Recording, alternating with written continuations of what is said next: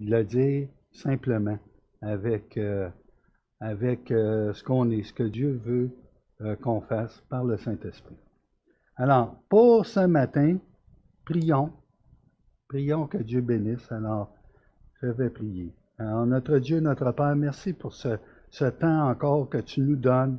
Merci pour les musiciens, pour le groupe de louanges qui t'ont élevé avec ces chants.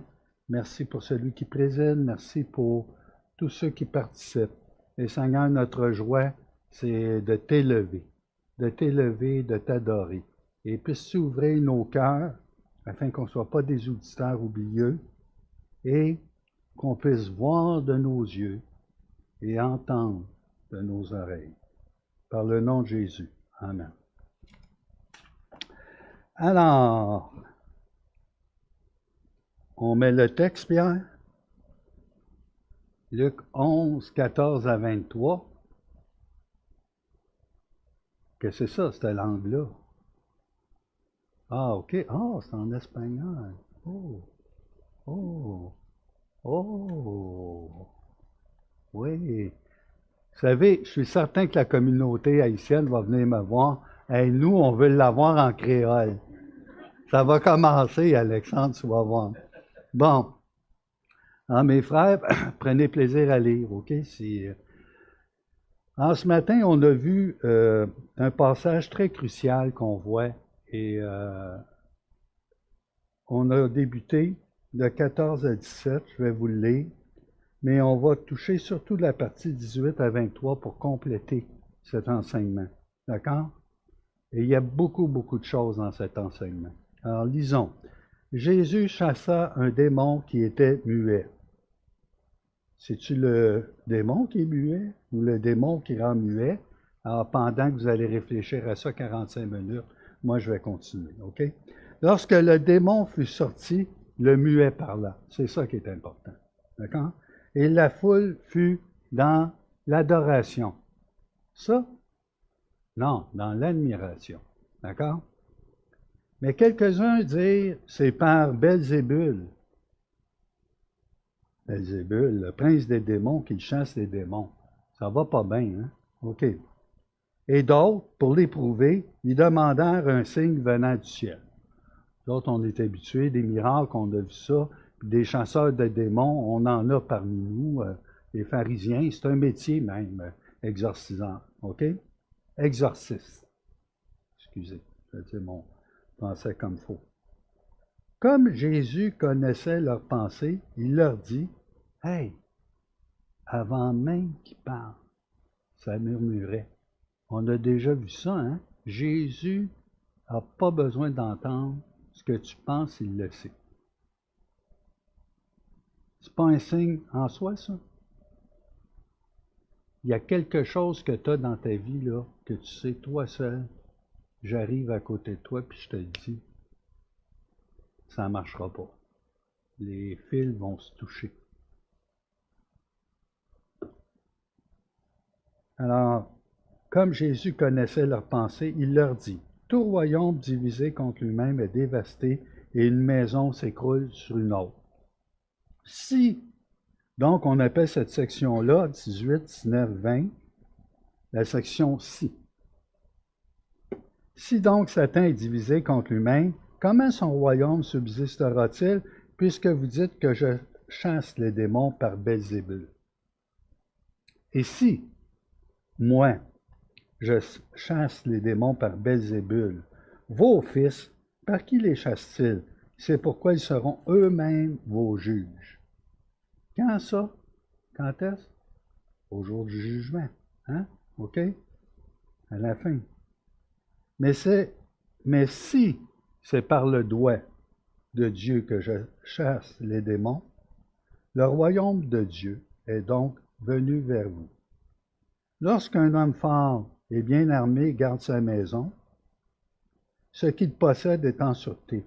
Mais si un plus fort que lui survient et le dompte, il lui enlève toutes les armes dans lesquelles il se confiait et il distribue ses dépouilles.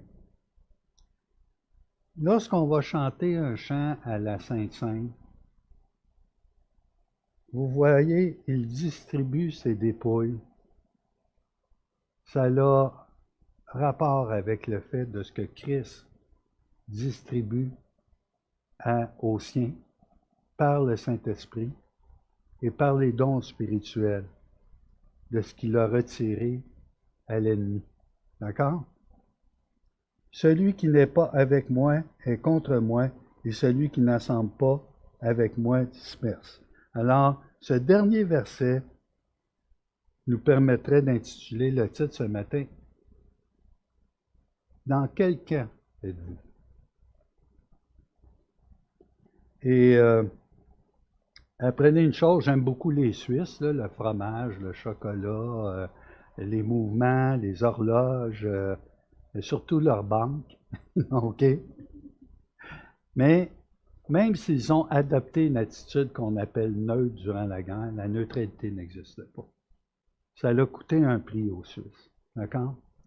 La neutralité n'existe pas. Et dans le monde spirituel, tu es avec ou contre Dieu.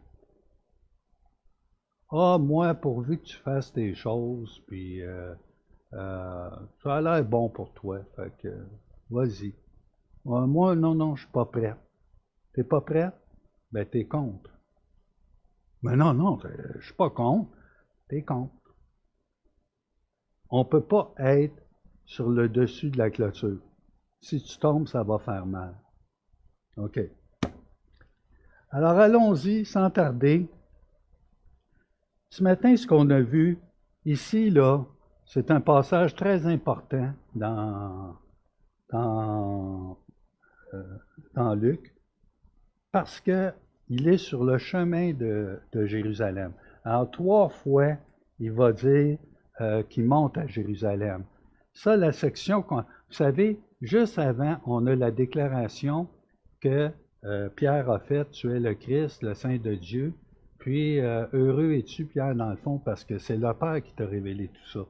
Mais, on a une annonce où, là, aux disciples même, pour vous,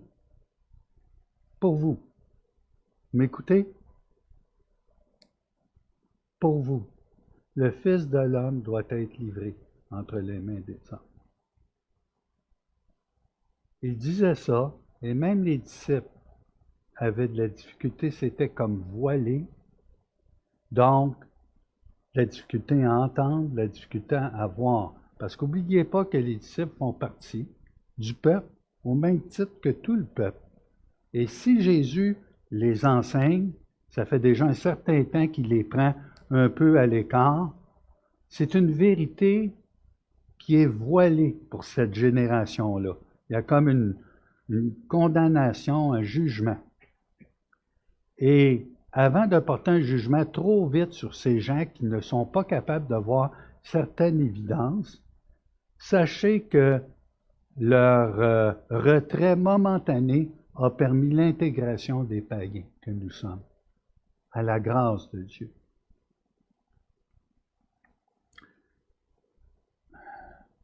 Quel âge avait Mathusalem quand il est mort? Hey, vous me décevez, là.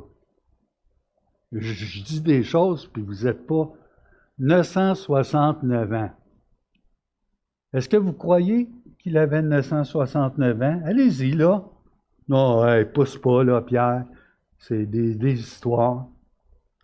C'est parce que si vous ne croyez pas que Mathusalem avait 969 ans, comment allez-vous croire si je vous parle de démons, d'anges, de séraphins, d'archanges, de gloire?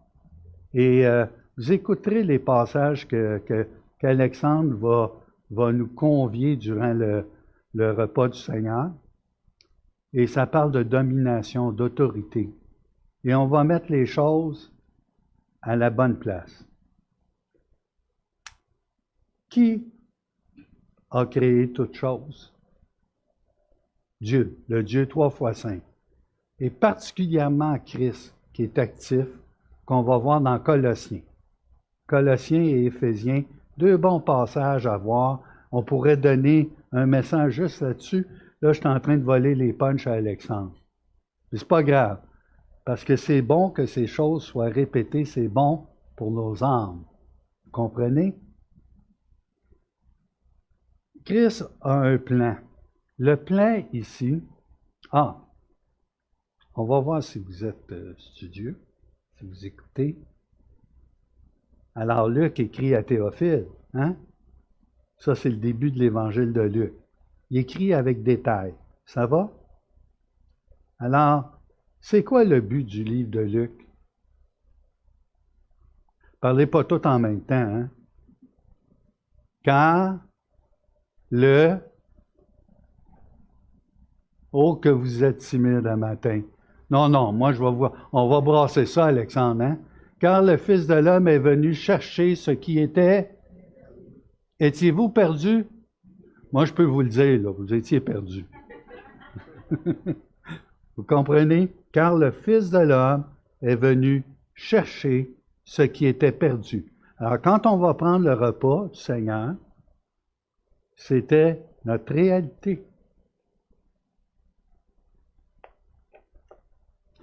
Ce matin, dans les versets 6 ici, si donc Satan est divisé, donc vous avez compris que dans le fond, Jésus connaît la pensée des gens qui sont devant eux, et ce passage n'est pas nécessairement en Samarie ou en Judée. Il est fait en Galilée.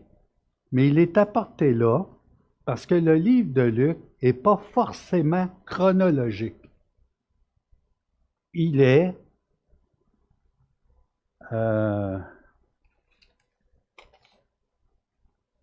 en anglais, il y a une expression qui dit topical matter, qu'on pourrait traduire en français une affaire thématique. Donc, on amène la Bible, Luc l'amène de manière thématique pour montrer une chose très importante, c'est que la vie actuellement, c'est une guerre spirituelle. Oh, guerre spirituelle. C'est des symboles, ça. Quoi ça, toi, le diable, les démons, les chérubins, puis...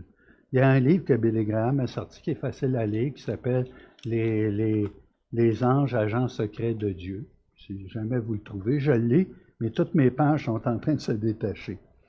Fait qu'on l'a lu souvent. C'est intéressant. On rentre dans une dimension. OK, je vous pose une question. Vous êtes honnête, là, hein? Oui, on parle devant Dieu. Si je vous parle des démons, du diable, quels sont ceux là que ça les chatouille, ça les énerve, ils ne sont pas bien avec ça? Démons, Satan, OK? Oui, n'ayez pas peur, OK? Alors sachez que Jésus-Christ, le combat qui est entamé, est vraiment inégal. Parce que Satan, parce que Belzébul, c'est Satan, même si c'est un nom emprunté peut-être au vocabulaire philistin, Écron, le dieu des mouches, Baal, tout ça, OK? Donc, Jésus dit, si donc Satan, donc il fait référence au prince, au chérubin, à l'ange de lumière le plus puissant. OK? Et là, la bataille est déjà gagnée d'avance, et pourtant, lorsque c'est dit, Jésus n'est pas encore mort sur la croix et ressuscité d'entre les morts. Il est le créateur de toutes choses. Vous allez le voir en Colossiens, dans Éphésiens. Maintenant, est-ce que c'est logique de se poser des questions dans le style comment ça se fait qu'il ne s'est pas débarrassé de Satan quand Satan il a commencé à s'élever en gloire, puis ensuite il est venu achaler Ève, puis Ève est tombée. Puis pourquoi il a gardé Ève en vie? Pourquoi Dieu a gardé Ève en vie? Pourquoi il a gardé Adam en vie? C'est des questions légitimes. Mais vous savez, comme chrétiens, on n'a pas les réponses à toutes ces questions. Puis ça ne veut pas dire qu'on ne peut pas se les poser, mais rendez-vous pas malade avec ça. Gardez votre équilibre dans la vie. Le Dieu qui nous aime, s'il ne nous aime pas parfaitement, on aurait lieu de craindre. mais il nous aime d'un amour parfait et il n'a pas besoin de nous exposer tout ce qu'il connaît et sait par rapport à sa volonté. D'accord? Vous êtes pas entre les mains de Bel Air Direct et Allstate. Vous êtes entre les mains de celui qui a créé toutes choses. D'accord? Et c'est pas symbolique. C'est spirituel. Ah, spirituel, tu veux pas dire c'est physique? Oui, oui. Le monde spirituel est très physique. Si on permettait ici 10 secondes que vous puissiez voir ce qui vous environne au niveau spirituel, les anges, les dominations, les bons, les mauvais, les chérubins, les séraphins, les anges dont je ne sais même pas le nom, les gloires. 10 secondes et vous en avez pour votre vie entière à trembler. Véritable. Il y a des histoires missionnaires où on voit des forces maléfiques entourer des gens, des missionnaires. Et écoutez, mes amis, si vous ne croyez pas à ça, ben vous ne croyez pas que Mathusalem avait 969 ans. D'accord? Notre Dieu, pensez-vous qu'il avait vraiment besoin de 6 jours pour créer la terre? Mais il l'a fait avec dessein, avec intention. Une telle bonté, une telle sagesse, une telle grandeur. Et... Alors, ici, on accuse Jésus de chasser les démons par Satan. J'ai-tu besoin de vous expliquer longtemps? C'est fou, hein? Mais illogique. Illogique. Mais vous savez, le cœur le plus endurci, il n'y a pas pire sourd que celui qui ne veut pas entendre, et il n'y a pas pire aveugle que celui qui ne veut pas voir. Et pourtant, cela est permis de Dieu comme un jugement et une condamnation pour cette génération perverse et méchante. Et avant de vous associer pour dire, sont bien, hey, ça se peut pas être de même, ben regardez-vous comme ça. Parce que peut-être qu'actuellement, dans notre génération, avec les arts de l'esprit, scellés par le Saint-Esprit, peut-être que le Seigneur essaie de nous faire faire des choses et on est peut-être aveugle sur certaines choses que le Seigneur veut nous montrer et on est peut-être sourd sur certaines choses que le Seigneur veut nous montrer. Et c'est une guerre spirituelle. Ici, là, le langage qui est utilisé, c'est un langage militaire. Écoute ça. Écoutez ça, les militaires. C'est un langage militaire et ça parle de guerre civile. Ça parle de, si on prend chacun des mots, diviser, royaume, chasse, OK? Ensuite, si c'est par le doigt de Dieu, OK? Et celui qui n'assemble pas avec moi, il disperse. Et là, ça parle d'un berger. Ici, on va présenter ce message comme étant peut-être deux paraboles. Mais en fait, c'est une seule et même parabole où on voit l'affrontement entre Satan et Jésus-Christ. Mais l'histoire s'arrête là. Ça dépasse les héros de Marvel, ça dépasse Star Wars, Le Seigneur des Anneaux ou Narnia, d'accord?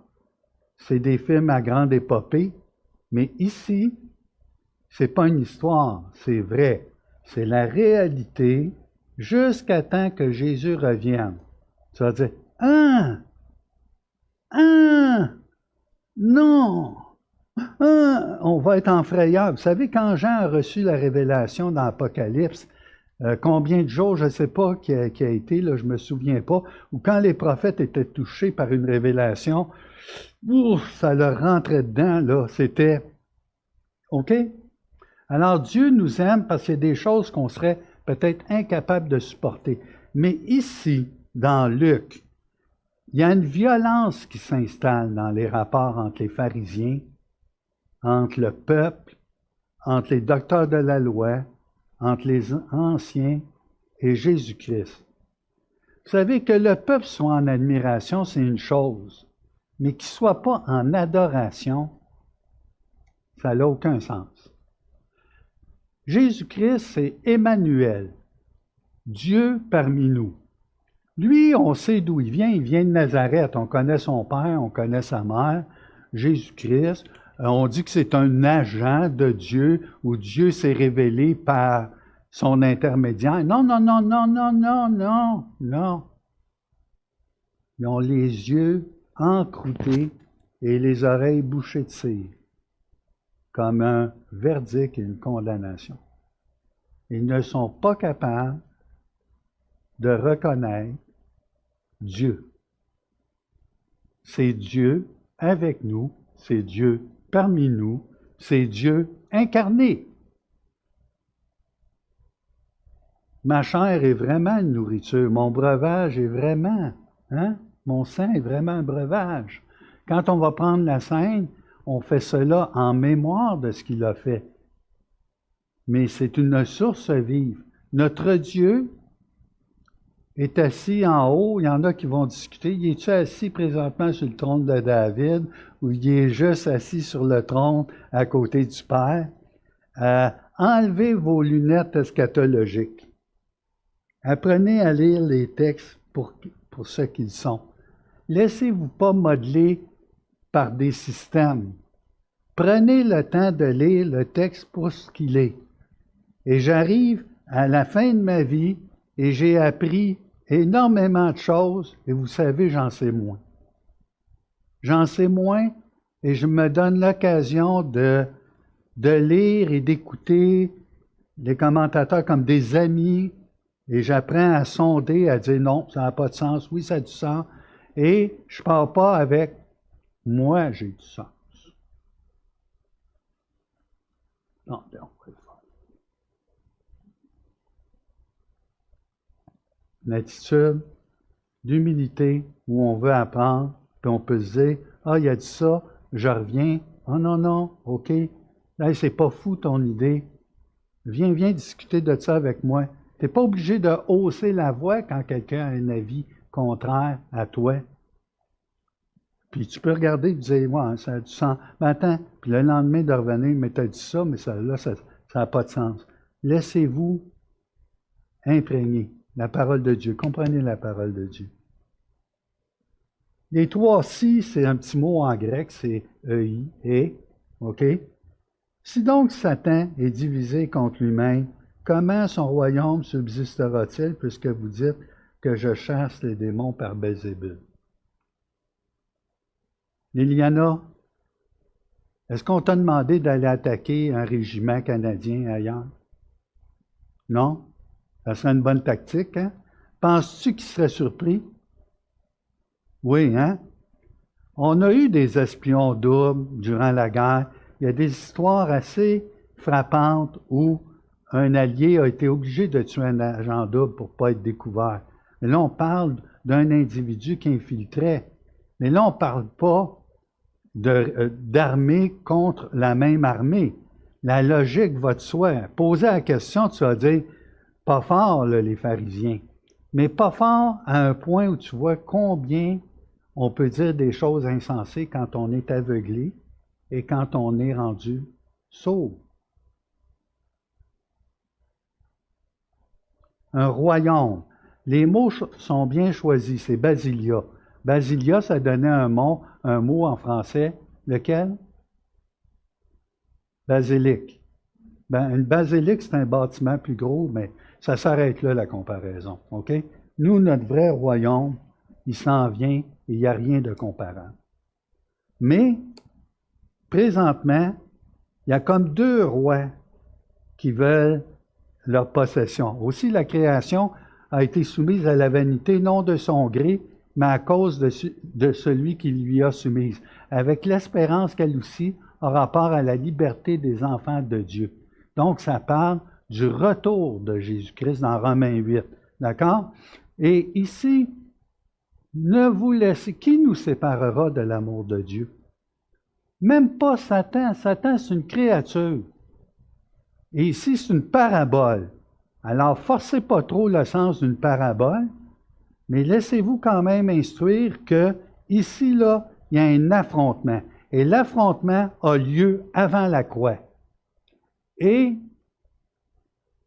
on voit le lien thématique dans Luc, le lien thématique qui dit « Car le Fils de l'homme est venu chercher ce qui était et sauver ce qui était perdu. » Donc, les choses sont en train de s'accomplir.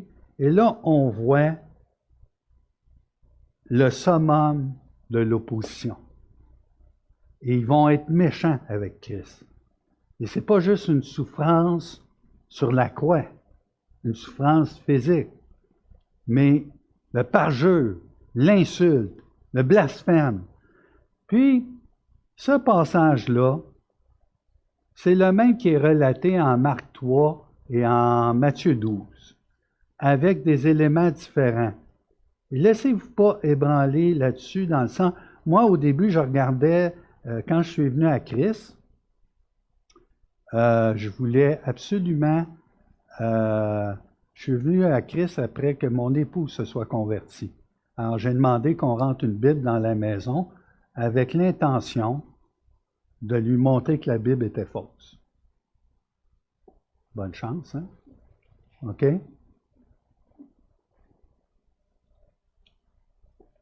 Non, elle n'est pas fausse. Un combat spirituel.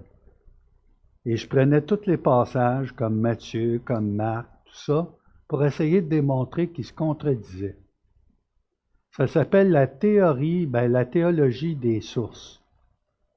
On peut rendre ça très intéressant, mais ce matin, je n'ai pas le temps de rentrer là-dedans. Mais je peux vous dire que les apôtres ont utilisé et n'ont pas transformé à leur guise le matériel pour présenter d'une manière thématique les évangiles avec une intention. Alors, il est dit dans Matthieu qu'il n'était pas seulement sourd, mais pas seulement muet, mais qu'il était aussi aveugle, hein, je pense, dans Matthieu, c'est ça. Donc, il me reste 3 minutes, Alexandre? Oui.